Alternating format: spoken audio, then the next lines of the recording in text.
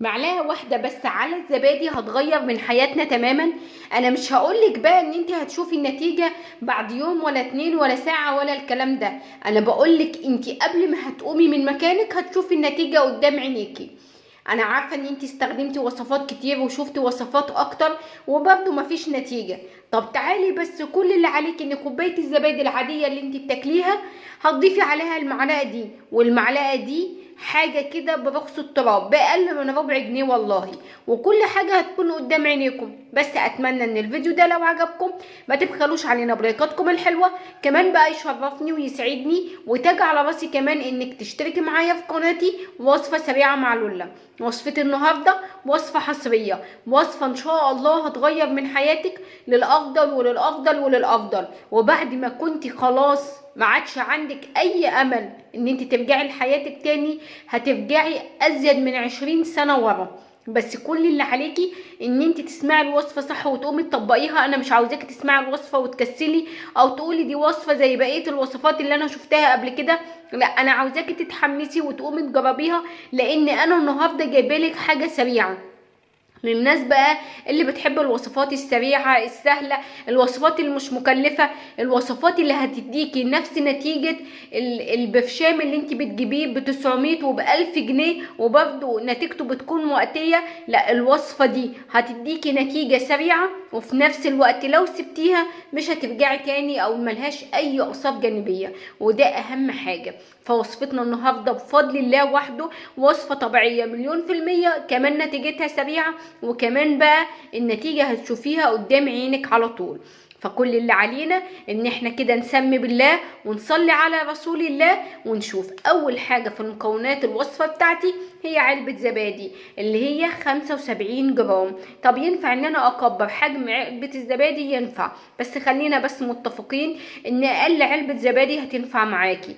طيب لو مش عندي علبة زبادي ممكن تاخدي علبة الزبادي دي على يومين، معلقة زبادي واحدة هتكفي.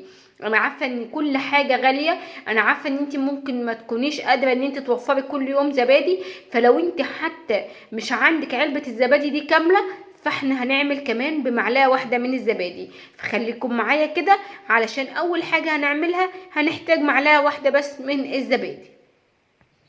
اول حاجه هعملها هو ان انا هجيب بوله كده هنبدا نحضر فيها الوصفه بتاعتنا، وزي ما اتفقنا هناخد معلقه واحده بس من الزبادي. معلقه بقى، بصوا، معلقه من معالق الشاي، ومعلقه تكون ايه يعني مليانه بالشكل ده. خدت معلقه الزبادي وهبدا بقى ان انا اضيف عليها باقي المكونات. واول مكون معايا وهو المعلقه اللي احنا اتفقنا عليها. طب احنا اتفقنا على معلقه ايه؟ طبعا هو مش هتكون المعلقه دي بس، احنا معانا اكتر من مكون، بس اهم حاجه هي المعلقه دي. هي معلقه واحده من الكزبره. دي كزبره انا بجيبها من عند العطار، بتكون حصى وانا اللي بصحنها زي ما انتم شايفين. طب ينفع ان انا نضيفها حصى؟ لا مش هينفع خالص، لازم انت تجيبيها يا حصى وابداي ان انت تصحنيها في مصحنه الخلاط، هتطلع معاكي ناعمه بالشكل ده. وببدا ان انا اضيف، فانا محتاجه معلقه صغيره كده من المعالق الشاي العاديه. وقبل ما هضيف بقى اي مكونات تانية هبدأ بقى ان انا الاول اخلط كده المعلقه الكزبره مع معلقه الزبادي بالشكل اللي انتم شايفينه قدامكم ده. تمام، لازم نتاكد ان الاتنين امتزجوا مع بعض كويس قوي كده. شايفين القوام لازم أن يكون معانا كده. تعالوا بقى نضيف تاني معلقه معانا، وتاني معلقه معانا بقى وهي معلقه من الجنزبيل. وده جنزبيل بودر انا بجيبه من عند اي عطار، بجيبه بودر زي ما هو كده. تمام، بس اهم حاجه ناخد بالنا ان في جنزبيل دلوقتي مغشوش بيكون لونه غامق، فلو انت الجنزبيل بتاعك مظبوط هيكون اللي هو اللون الفاتح اللي انتوا شايفينه قدامكم ده. هبدا انزل بالمعلقه بالشكل ده كده، وهبدا بقى ارجع تاني واخلط بقى كل المكونات دي مع بعض كويس جدا. تمام قوي كده. شايفين؟ يبقى انا ضفت كده معلقه واحده من الزبادي. طبعا لو انت متوفر عندك علبه الزبادي كامله هتضيفي علبه الزبادي، بس انا حبيت ان انا اعمل لك بمعلقه واحده عشان اقول لك ان حتى لو معلقه واحده هتطلع ممتازه جدا وهتطلع حلوه. تمام قوي كده. بعد ما خلطتهم معلقه زبادي على معلقه كزبره على معلقه من الجنزبيل بيكون جاهز معايا الوصفه بتاعتي. ناخدها بقى الوصفه دي على الريق الصبح. طعمها حلو، ما تقوليش ان طعمها فيه مشكله، طعمها ممتاز جدا. الطعم هيكون يعني ممكن يكون بس في حرقان للجنزبيل، بس انا عاوزه اقول لك ان معلقه الزبادي اللي انت هتاخديها على الريق دي هتفرق معاكي كتير. طب هتفرق معايا في ايه؟ اول حاجه اني هتعلي الحرق معاكي طيله النهار، هتسدي شهيتك مهما كنت بقى عندك شهوه، واحنا داخلين على الشتاء قنبله الجوع اللي احنا داخلين عليه، فلازم تاخديها على ريق واستمر عليها لمده اسبوع وشوف النتيجه قدامك. اكلك هيقل كتير، هتخسي، حرقك هيزيد، هتكوني افضل وافضل ان شاء الله. ان شاء الله اشوفكم في فيديو جديد ومع السلامه.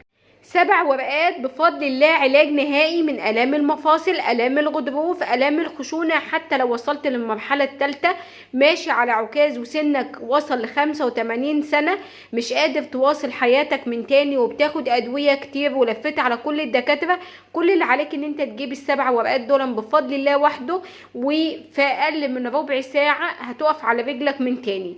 أيوة، وهتطلعوا سلالم وهتعيشوا حياتكم طبيعية حتى لو سنكم فوق ال85 سنة. تعالوا بقى نشوف ال7 ورقات دول. بس اتمنى ان لو الفيديو ده عجبكم ما تبخلوش علينا بلايكاتكم الحلوة، وكمان تشيروه في الخير، لان بجد الفيديو ده ناس كتير جدا محتاجاه. فيلا بينا نشوف وصفتنا. اول حاجة واهم حاجة ان احنا مش هنحتاج تاني المسكن ابدا. ايوه، مش هتاخدوا اي مسكنات بعد ما تعرفوا الوصفه دي. الوصفه دي مش بس بتسكن الالم، الوصفه دي بتعالج وبتسكن، يعني بنعمل حاجتين. يعني المسكنات اللي كانت مش بتجيب معاكم نتيجه وفي نفس الوقت بتعمل مشاكل للمعده ولا قدر الله بتعمل مشاكل للكبده والكلى، احنا هنوقفها تماما. حتى لو بتاخدوا ازيد من 5 انواع هتوقفوها بفضل الله وحده. كل اللي عليكم ان انتوا تاخدوا الوصفه دي بالطريقه الصح. الوصفة ان شاء الله بسيطة. الوصفة والمكون ده بفضل الله وحده موجود على مستوى العالم، يعني مش داخل مصر بس، ومش داخل الجزائر بس، ومش داخل تونس بس. المكون ده موجود على مستوى العالم. كل اللي علينا بس ان احنا نحضره بالطريقة الصح. انا عارفة ان ناس كتير جدا هتتفاجئ من المكون ده، عارفة ان ناس كتير جدا هتقول لا ده ما احنا بناخده، بس بناخده غلط. في فرق كبير جدا. انا عاوزه اقول لكم ان كل الادويه اللي هي مضاده للالتهابات ومسكنه وبتعالج الام المفاصل وبتعالج الام الغضروف هي خلاصه ال7 ورقات دول. بس احنا الفرق بقى ان احنا هناخد حاجه مفيش فيها مواد كيماويه، يعني احنا هناخد المستخلص اساس الوصفه نفسها بس بدون اي مواد كيماويه. فتعالوا بينا كده نعد ونشوف النوع الصح اللي لازم ناخده. شوفوا، اول حاجه احنا هنعد ال7 ورقات، بس لازم يكون ورق بالشكل ده. ومبدئيا كمان في نوعين من النعناع، ده النعناع البلدي وده بيكون لون العنق بتاعه او العود بتاعه بيكون لونه بنفسجي، ولكن النعناع اللي هو العادي التاني اللي مفيش منه اي فايده خالص هتلاقوا ان لون الورقه هو لون العود بتاعه ده، فده ما تستخدموش خالص. احنا محتاجين العود ده. تمام، هنعد 7 ورقات. الورق الصغير ده بنعده لا مش هينفع، انا عاوزه اللي هي الورقه الكبيره. فعد 1 2 3 4 5. تمام، زي ما اتفقنا لازم يكون ورقه عريضه بالشكل ده. طب لو احنا معانا ورق صغير هنعد الورقتين بورقه. تمام كده، تمام خلاص كده. ده اللي انا محتاجاه، يعني من الاخر محتاجين نعود نعناع. طيب احنا هنحتاج بقى اللي هي الاعواد دي، اللي هو العين بتاعها او العود بتاعها. ايوه، محتاجين بقى قطعه حلوه بالشكل ده. انا مش عايزه حد يقول ان احنا بنشرب نعناع، لان الوصفه مختلفه تماما تماما تماما تماما. فركزوا معايا عشان نشوف الوصفه الصح. بعد كده بقى هبدا ان انا اجيب هنا مج يكون اللي هو ايه 250 مللي زي ما انتم شايفين بالطريقه دي، يعني هو مج يكون ايه كبير شويه بالشكل ده. تمام، معايا هنا زيت زيتون بكر. الخطوه دي مهمه جدا، لازم احتاج لمعلقه كبيره من زيت الزيتون. لازما كمان يكون زيت زيتون بكر، لان لو زيت زيتون مش بكر اللي هو معصور عصره، مش معصور عصره على البارد، برضو ما بتكونش ليه اي نتيجه خالص. باخد كده معلقه زي ما انتم شايفين من معالق الاكل، معلقه كبيره من معالق الاكل. باخد معلقه كده وبنزلها في الكوبايه، وببدا انزل بال7 ورقات اللي احنا اتفقنا عليهم، وكمان كده عودين 2 كده زي ما انتم شايفين بالشكل ده كده. تمام قوي كده.